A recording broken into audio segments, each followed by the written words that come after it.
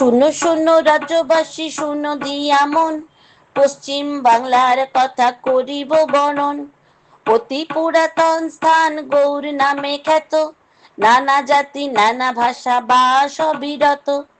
1947 সালের 20 জুন অবশেষে পশ্চিমবঙ্গ নাম পেল জনাদেশে। ভারতের অন্তর্ভুক্ত হলো এ প্রদেশ, স্থান মাহাত্ম্য অনবদ্য নাহি তার শেষ।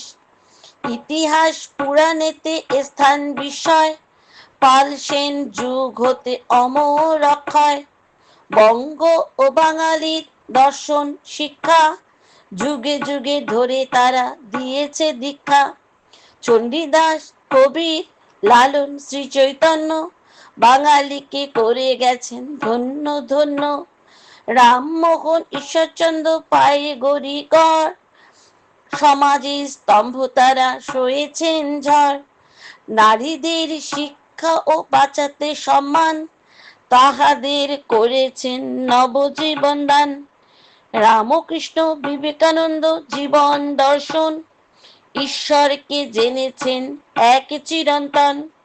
কর্মই জীবন আর শ্রেষ্ঠ মানব সেবা, এই সত্য বিশ্ব মাঝে ছড়ালেন কেবা।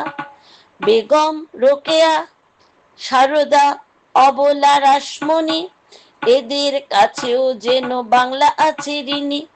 সুভাষ, বিনয়, প্রফুল্ল, মাস্টারদা, ক্ষুদিরাম, বাংলার দামাল ছেড়ে ভারত জোড়া নাম। প্রফুল্ল রায়, মেঘনাথ সাহা, সত্যেন বোস, কাদম্বিনী, অসীমা দেবী, চামেলি বোস, আরো কত বিজ্ঞানী কত গুণীজন, বাঙালির স্মৃতিপটে তোলেন আলোড়ন।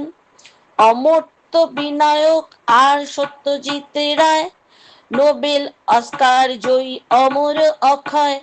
রবিশঙ্কর মান্না দে, সলিল শচীন কর্তা, সঙ্গীত দরবারে বাংলার দিলেন বারতা। বঙ্কিম, শরৎ আর রবীন্দ্র নজরুল, সাহিত্যের আকাশে যেন নৈবেদ্যের ফুল। ধর্ম ভাষা জাতিভেদ হিংসা ঈর্ষা ভুলে, মিলে মিশে থাকি সবে প্রাণ মন খুলে। পশ্চিমবঙ্গের নাম হোক হোক প্রচারিত, বাংলা ও বাঙালি নয় উপেক্ষিত। ন্যায় নীতি বিবেক বোধ সুস্থ হোক মন, বাংলার জয় হোক বল সর্বজন।